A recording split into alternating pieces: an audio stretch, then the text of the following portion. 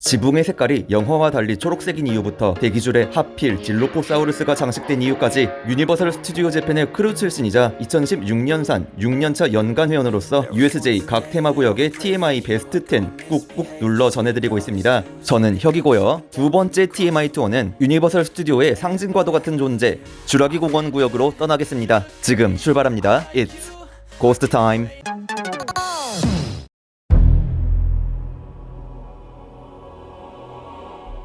구역 내 모든 건축시설에는 각 시설을 대표하는 공룡이 하나 이상 지정되어 있습니다. 프테라노돈은 구역 내 대부분의 시설을 대표합니다. IOA의 주라기 공원 구역에서는 많은 시설이 프테라노돈 플라이어라는 IOA 고유 롤러코스터의 트랙 주변에 설치되어 있습니다. 당연히 롤러코스터에 맞게 프테라노돈 모티프를 적용했겠죠. 이런 IOA의 건축물 디자인을 거의 그대로 USJ에 적용하다 보니 USJ에도 프테라노돈을 나타낸 시설이 많아진 것입니다. 이후 USJ에 더 플라잉 다이너소어가 생기면서 비로소 익룡 모티프가 USJ에도 찰떡으로 어우러지게 됩니다. 지난 위저딩 월드 오브 해리포터 TMI 투어에서 소개한 괴물책처럼 주라기 공원 구역에도 상점 내부에 아주 퀄리티 뛰어난 애니메트로닉스가 숨어 있습니다. 구역의 메인 기프트숍이자 더 라이드의 포스트쇼에 해당하는 주라기 아웃피터즈의 한쪽 구석에는 굉장히 실감나는 벨로시랩터 애니메트로닉스가 있습니다. 보트 투어 코스를 쑥대밭으로 만들어 놓은 녀석 중 하나가 이 상점 내부로까지 들어와 난리통을 피던 것을 구석으로 몰아 가까스로 호액했다는 설정입니다. 애니메트로닉스 자체도 아주 뛰어나지만 나딘 군은 선물 포장지와 다소 엉성하게 설치된 철책 등 벨로시랩터 주변 묘사도 재밌으니 놓치지 마세요.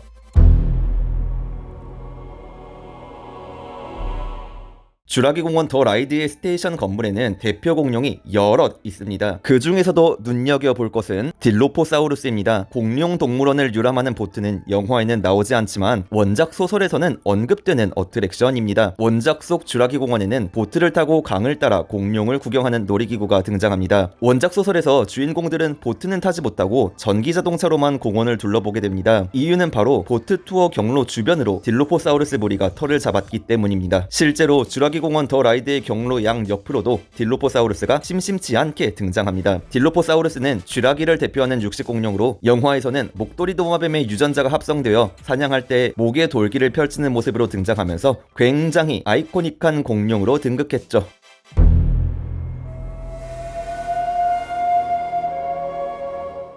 주라기 공원 구역 내 스피커는 브라키오사우루스와 파라사우롤로푸스로 장식되어 있습니다. 이 두 공룡은 영화 1편에서 주인공 일행이 처음으로 마주하는 공룡이고 영화에서 처음으로 전신이 묘사되는 공룡이기도 합니다. 하지만 이들은 주인공들이 처음 목격한 고대 생명체는 아닙니다. 첫 고대 생명체는 공룡이 아닌 식물이었죠. 공원에 처음 도착한 고식물학자 엘리 세틀러는 세렌나 베리포르만스라는 이미 멸종된 식물이 원내에 서식하는 것을 보고 깜짝 놀랍니다. 고생물학 중에서도 동물 전공자인 앨런 그랜트는 나중에 브라키오사우루스를 본 후에야 비로소 놀라죠. 이후로도 식물은 은근히 중요한 역할을 이어갑니다. 1편에서는 병든 트리케라톱스를 발견한 엘리가 병의 원인으로 식물을 지목했고 2편에서는 동물 행동학자인 세라 하딩이 인간의 관리가 없으면 자연사하도록 설계된 공룡들이 인간들의 철수 이후에도 살아남을 수 있었던 이유가 바로 초식 공룡들의 식습관에 있음을 알게 되었습니다. 이처럼 식물은 공룡만큼이나 중요한 요소인데요. USJ 내 주라기 공원 구역의 바닥을 보면 식물의 흔적이 많다는 것을 알 수 있습니다. 아마도 고대 식물을 직접 묘사하기에는 어려우니 대신 암시하는 쪽으로 머리를 쓴 것 같습니다. 주라기 공원 시리즈에서 살아있는 공룡과 식물만큼 중요한 것이 바로 화석이죠. 특히나 앨런 그랜트가 등장하는 모든 편에서는 공룡 뼈 화석을 발굴하는 장면이 빠짐없이 등장합니다. 주라기 공원 구역 안에는 다양한 화석이 등장하지만 테이크아웃 디저트 카페인 퍼슬 퓨얼즈 주변에 있는 화석에는 특히나 주목해봅시다. 먼저 퍼슬 퓨얼즈의 간판 속 화석입니다. 주라기 시리즈의 상징이라고도 할 수 있는 티렉스의 상반신 화석이 음료수를 마시고 있습니다. 그런데 이 음료수는 코카콜라가 제공하거든요. 그래서 맞은편에 있는 티렉스와 트리케라톱스의 화석에는 코카콜라가 박혀 있습니다. 주변에 박혀 있는 두 종류 화석을 잘 보면 각각 U, S, J의 형태를 보이고 있습니다.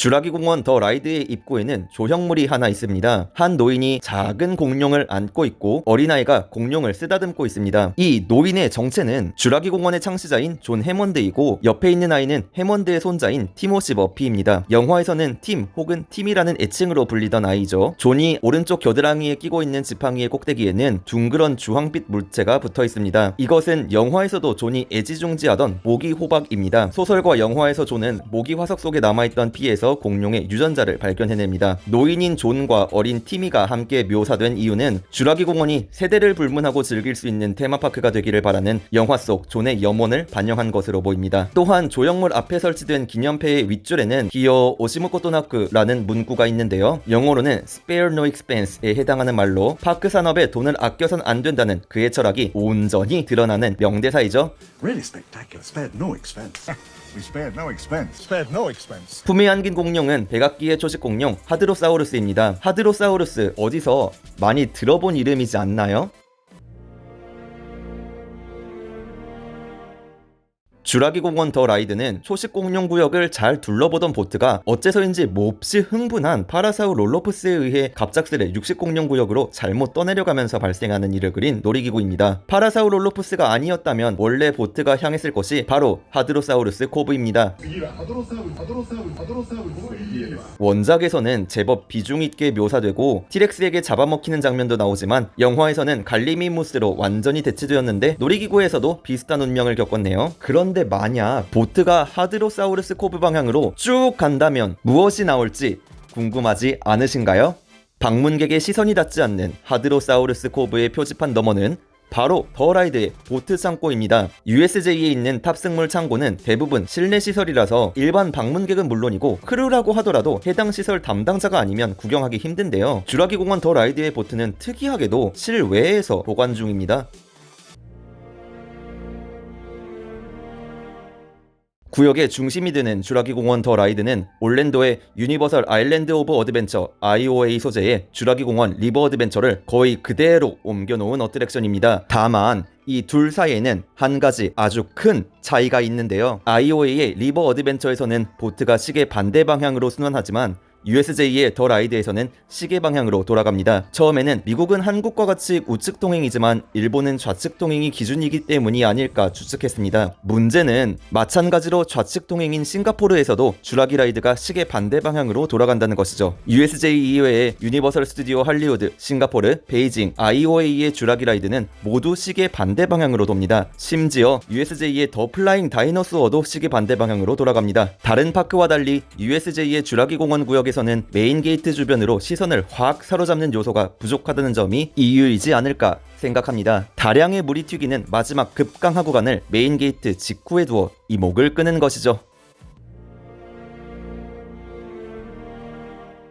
쥬라기 공원 1편에 나오는 건물의 지붕은 누런색이죠. 올랜도 소재 IOA의 건물 지붕도 누런색입니다만 USJ 내 쥬라기 공원 구역의 건물 지붕은 초록색입니다. 이는 기후와 관련이 있습니다. 사실 IOA에 있는 쥬라기 건물들의 지붕도 실은 초록색입니다. 다만 영화 속과 동일하게 그 위에 누런 짚을 얹은 것뿐이죠. 문제는 짚을 관리하기 쉽지 않다는 점입니다. 특히나 오사카처럼 습하고 비도 많이 내리고 날씨도 우중충한 지역에서는 더더욱 그렇습니다. 물론 올랜도에도 비가 많이 내립니다. 그러나 올랜도의 강수 패턴은 스코를 닮아서 잠깐을 제외하면 사계절 강한 햇볕이 내리쬐기 일수이고 기온이 웬만해서는 10도씨 아래로 떨어지지 않습니다. USJ에서는 관리의 효율성을 문제로 짚을 걷어내고 초록색 지붕을 그대로 드러내었기 때문에 외벽의 색깔도 의도적으로 영화나 IOA에 비해 칙칙하게 조정했습니다. 유니버설 스튜디오 베이징의 기온은 USJ보다 더 꾸리꾸리하지만 베이징에는 쥬라기 공원이 아닌 쥬라기 월드 구역이 도입되었고 쥬라기 월드 영화와는 비슷하게 지어도 문제가 발생하지 않기에 영화 속 세상이 핍진성 높게 재현될 수 있었습니다. Really spectacular. Spared no expense. We spared no expense. 영화 속 존은 비용을 아끼지 말라고 했는데 USJ는 현실적인 이유로 비용을 아꼈네요. 주라기 공원 구역의 중심 시금시설은 디스커버리 레스토랑과 로스트월드 레스토랑입니다. 소설과 영화에는 방문객 센터라는 건물이 등장합니다. 좀 전에 보았던 짚이 얹어진 그 건물이요. IOA에서는 영화 속 방문객 센터를 재현한 뒤 디스커버리 센터라는 이름을 달아 공개했습니다. 방문객 센터라는 지극히 일반적인 명칭보다는 주라기 공원의 정체성을 보다 잘 드러내도록 손을 본 듯합니다. 이 명칭은 2000년대 초 한국과 일본에서 개최된 주라기 공원 투어의 구역 명칭으로 사용되기도 했습니다. 정말 훌륭한 전시였기 때문에 해당 어트랙션의 후기글 포스트 링크를 세부 정보에 걸어두겠습니다.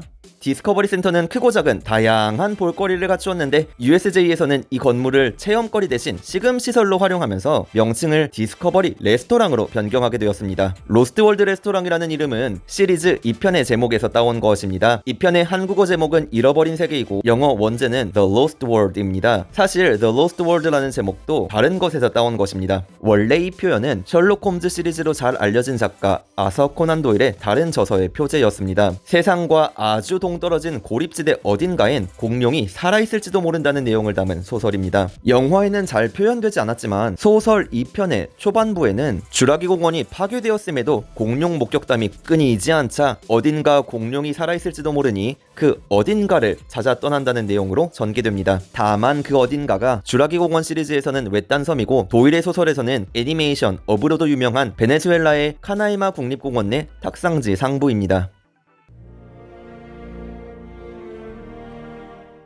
더 플라잉 다이노소어는 인기가 굉장한 어트랙션임에도 진입로가 구역의 끝 구석에 위치합니다. 이는 더 플라잉이 원년 멤버가 아니라 USJ의 개원 15주년 기념작으로 뒤늦게 추가되었기 때문입니다. 남는 땅이 외딴 구석밖에 없었던 거죠. 그러나 위기가 기회가 된다고 했나요? 더 플라잉의 첫 선을 보일 때 USJ는 굉장히 재밌는 스토리를 공개했습니다. 원래부터 구역의 한쪽 구석에서는 프테라노돈을 기르고 있었으나 너무 사나워 차마 공개할 수 없었고 시간이 흘러 익룡을 충분히 길들이는 데 성공하여 드디어 대중들에게 선보이는 것이라고요. 그래서 대기줄의 첫 진입로를 의도적으로 더더욱 좁게 만들어 놓은 후 나무를 잔뜩 심어 주요 동선과 더욱 동떨어진 느낌이 들도록 연출했습니다. 놀이기구의 입구 조형물에는 익룡이 아직 흉포하던 시절의 흔적이 남아있기도 합니다. 컨셉에 잘 어울리도록 열차의 가장 앞에는 프테라노돈 조형물이 설치되어 있습니다. 덕분에 제일 앞에 탑승하면 익룡을 따라 상공을 가르는 느낌을 제대로 받게 됩니다. 오픈한 해에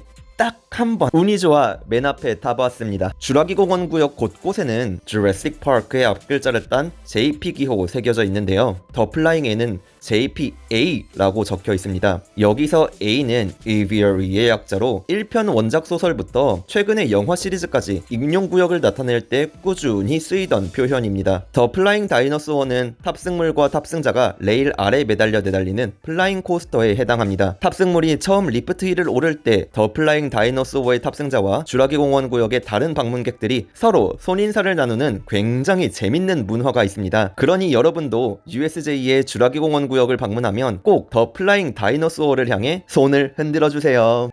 더 플라잉 다이너소어를 비롯한 플라잉 코스터에 관한 다양하고 재미난 이야기들 예전에 올린 Who's Running the Show 플라잉 코스터 편에서 접하실 수 있습니다. USJ TMI 투어 시리즈가 재밌으셨다면 Who's Running the Show 시리즈도 많이 봐주세요.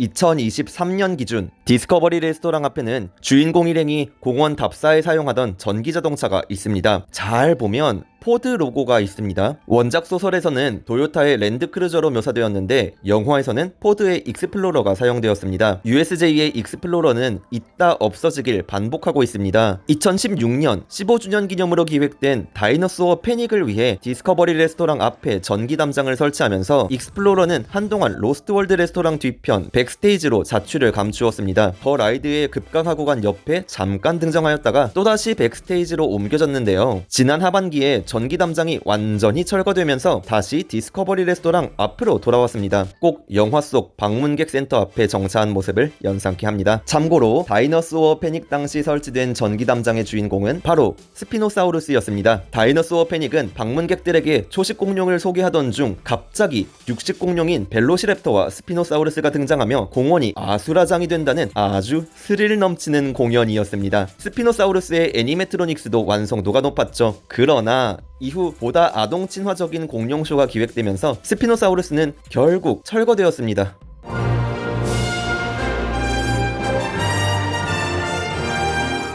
지난 위저딩 월드 오브 해리포터 TMI 투어에 이어서 이번에는 USJ 방문 직전 급하게 쥬라기 시리즈 영화를 챙겨보실 분들을 위한 중요도 순위를 소개하려 합니다. 1편 쥬라기 공원이 중요도의 7할은 차지하고요. 더 플라잉 다이노소어의 컨셉을 명확히 이해하기 위해서는 4편 쥬라기 월드도 봐두시면 좋습니다. 그 밖에는 2편 잃어버린 세계를 보고 방문하면 반가울 요소들이 뜨문뜨문 있습니다.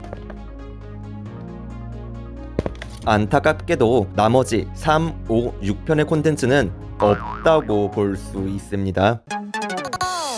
이렇게 USJ 쥬라기 공원 구역의 TMI 베스트 10 꾹꾹 눌러 전해드렸고요. 이어서 쥬라기 공원 구역의 바로 옆 테마 구역인 에미티 빌리지 구역으로 가기 전에 계속 USJ에만 있으면 재미없죠. 다음 영상에서는 USJ에 이어서 유니버설 스튜디오 싱가포르의 쥬라기 공원 테마 구역으로 TMI 투어를 떠나겠습니다. 지금까지 혁인의 카페 롤코라떼였고요. 다음 투어 열차에서 우리 또 만나요.